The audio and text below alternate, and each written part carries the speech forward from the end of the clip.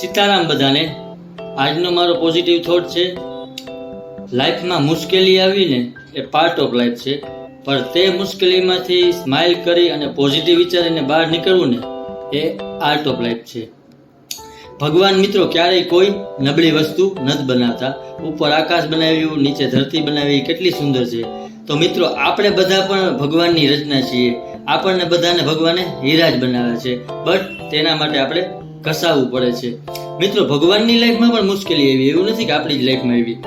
રાજા આપણા ભગવાન શ્રી રામને સવારે રાજપાટ મળવાનું હતું, તેની જગ્યાએ તેને વનવાસ મળ્યો, તો પણ તેને સ્વીકાર લીધું, કારણ કે એને એવું વિચાર્યું કે નીતિ એને કંઈક સારું કાર્ય કરવા મગવતી છે, એટલે જે મળ્યું તે સારું મળ્યું.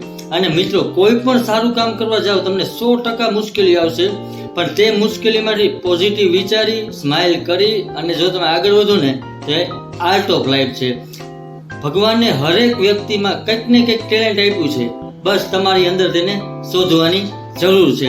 અને મિત્રો કોઈએ ખૂબ સરસ લખ્યું છે, તું अपनी खूबियां ढूंढ, खामियां निकालने के लिए लोग है ना, रखना है तो कदम आगे रख, पीछे खींचने के लिए लोग है ना, सपना देखना है ना तो ऊंचा देख, नीचा दिखाने के लिए लोग है ना, तू कुछ करके दिखा दुनिया को, तू कुछ करके दिखा दुनिया को, तालियां बजाने के लिए लोग है ना. થેન્ક યુ મિત્રો, મને જોવા અને સાંભળવા બદલ. હંમેશા પોઝિટિવ રહેજો અને ખુશ રહેજો અને ખુશ રાખજો. નેક્સ્ટ વિડીયોમાં સારો એવો ટોપિક લઈને આવું છું. Thank you all of you.